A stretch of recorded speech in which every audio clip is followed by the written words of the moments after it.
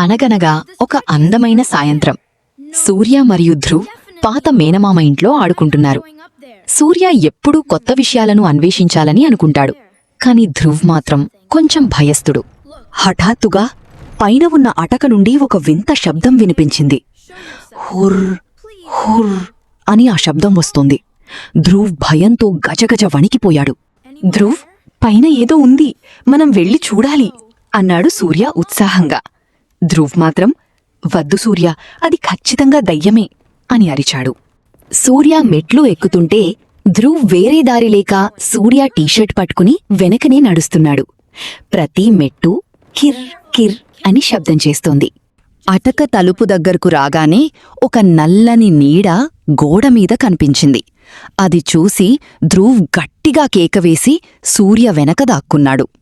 భయపడకు ధ్రువ్, అది కేవలం ఒక పాత కోటు నీడ మాత్రమే అని సూర్య నవ్వుతూ చెప్పాడు. నిజంగానే అక్కడొక పాత హ్యాంగర్ ఉంది. వారు అటక లోపలికి అడుగుపెట్టారు. అక్కడంతా పాత వస్తువులు, పగిలిన బొమ్మలు మరియు పాత పుస్తకాలున్నాయి. గాలికి కిటికీ కొట్టుకుంటోంది. మళ్ళీ అదే శబ్దం. ఈసారి ఇంకా దగ్గరగా వినిపించింది. కుయ్ కుయ్ అని ఏదో ఏడుస్తున్నట్టుంది. ధ్రువ్ కళ్ళు మూసుకుని ప్రార్థన చేయడం మొదలుపెట్టాడు. ఆ పెట్టెలో ఏదో ఉంది ధ్రువ్, రా చూద్దాం అని సూర్య పిలిచాడు. ధ్రువ్ వణుకుతూ, అందులో భూతముంటే మనం ఏం చేస్తాం అన్నాడు. సూర్య ధైర్యంగా పెట్టెను తెరిచాడు. ఒక్కసారిగా లోపల నుండి వెలుగు మెరిసింది. ధ్రువ్ భయంతో వెనక్కి పడిపోయాడు. కాని అది భూతం కాదు, అది ఒక పాత మెకానికల్ బొమ్మ. దాని బ్యాటరీ అవ్వపోవడంతో ఆ వింత శబ్దాలు చేస్తోంది. ధ్రువ్ మెల్లగా కళ్ళు తెరిచి చూశాడు. అబ్బా, ఇదా మనల్ని భయపెట్టింది అని ఊపిరి పీల్చుకున్నాడు. ఇద్దరూ కలిసి ఆ బొమ్మను చూసి నవ్వుకున్నారు. అప్పుడే పక్కనున్న అద్దంలో ఒక తెల్లని ఆకారం కదిలింది. సూర్య కూడా ఈసారి కొంచెం ఆశ్చర్యపోయాడు. అక్కడి ఎవరు అని అడిగాడు. ఆ తెల్లని ఆకారం మెల్లగా అద్దం వెనుక నుండి బయటకు వచ్చింది.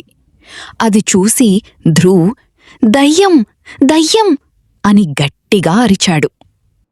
సూర్య తన టార్చ్ లైట్ వేసి చూశాడు. అది దయ్యం కాదు, ఒక చిన్న తెల్లటి పిల్లి. అది పాత తెల్లటి గుడ్డలో చిక్కుకుపోయి ఇటూ అటూ తిరుగుతోంది. సూర్య మెల్లగా వెళ్ళి ఆ పిల్లిని విడిపించాడు.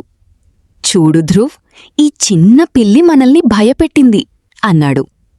ధ్రువ్కిప్పుడు నవ్వాలో ఏడవాలో అర్థం కాలేదు. ధ్రువ్ ఆ పిల్లిని చేతుల్లోకి తీసుకున్నాడు. నువ్వు చాలా ముద్దుగా ఉన్నావు, కాని మమ్మల్ని బాగా భయపెట్టావు అని పిల్లితో అన్నాడు. వారు ఆ పిల్లిని కిందకు తీసుకువెళ్లాలని నిర్ణయించుకున్నారు. అటకలో ఉన్న భయమంతా పోయి ఇప్పుడది ఒక సాహసంగా అనిపించింది. ధ్రువ్, చూసావా, ప్రతి భయం వెనక ఒక చిన్న నిజం ఉంటుంది. భయపడకుండా ఆలోచిస్తే అంతా మామూలుగానే ఉంటుంది అని సూర్య చెప్పాడు. ఆ రోజు నుండి ధ్రువ్ భయం తగ్గింది. సూర్య మరియు ధ్రువ్ ఇప్పుడు నిజమైన మిస్టరీ సాల్వర్స్ అయ్యారు. వారి సాహసయాత్ర ఇప్పుడే మొదలైంది.